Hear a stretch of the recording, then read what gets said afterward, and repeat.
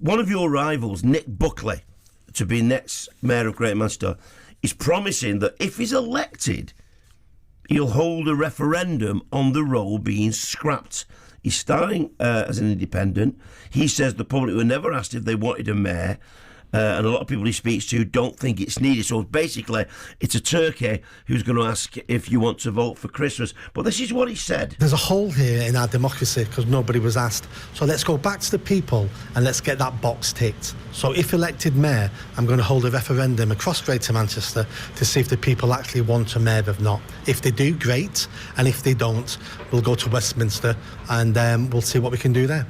And he's right to say, isn't he, that the public were never actually asked.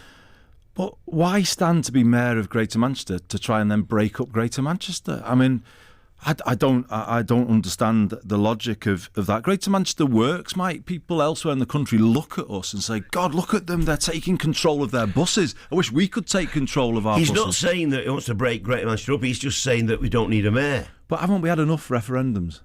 You know, where we're kind of dividing people and focusing on kind of differences.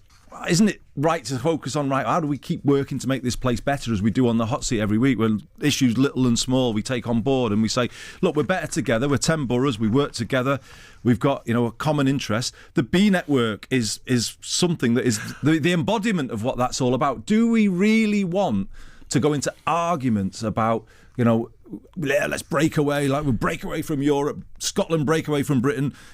We're breaking everything up in this country. How about we keep something that actually works for the residents of this part of the world, which is 10 boroughs working together and, doing a good job together. If Nick Buckley phoned in and said, Andy Burnham, justify your existence, what would you say to him?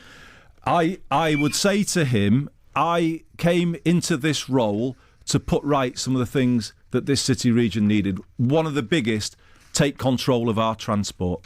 And that's what I'm doing. That is what I have delivered as Mayor of Greater Manchester, alongside a major reduction in the number of people sleeping rough, and doing something to help our young people get on in life, which is the R-Pass. And by the way, can I just say, Mike, congratulations to all of those kids across Greater Manchester getting their GCSE results today. You've had the toughest of times in your education, and you've done a brilliant job, all of you, to come through with your grades. We had more disruption to our schools than anywhere else in the country, and I think you should have been given more support. But you've come through, you've got your results, and what I'd say to you all today is apply for your R-Pass today. That is your free bus pass that we give you as Greater Manchester to be able to get on with your lives, and it's available to you, free bus travel on the better buses that we'll have in the B network. Apply for it today, get on with your lives and set your sights very high. But we're all so proud of you. Wouldn't that have happened anyway without a mayor? All of that you just spoke about. No, because when Greater Manchester was offered the chance of devolution, and George Osborne said he felt it needed a mayor, so the deal was, we'll give you more control, but you need to accept a mayor. So it wasn't a Labour decision. The government said you have to have a mayor. The leaders of Greater Manchester then, led by Sir Richard Lees, said only if that mayor gets the power to re-regulate our buses. So the Labour councils, particularly in Greater Manchester, said, we will do a deal as long as we get the power to take control, and I have done it.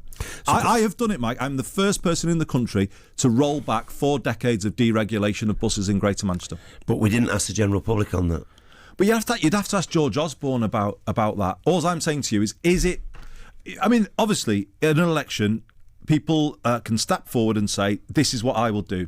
Now, if people think having a referendum on the future of Greater Manchester is the top priority for Greater Manchester, well, fine, there'll be candidates that will be offering that. I won't be offering that, because this city region is moving forward, and the last thing we need to do is break up Greater Manchester. The very last thing we need to do. This place works. We work well together. Let's stay together, stay strong together, and keep bringing through these improvements that we're beginning to see.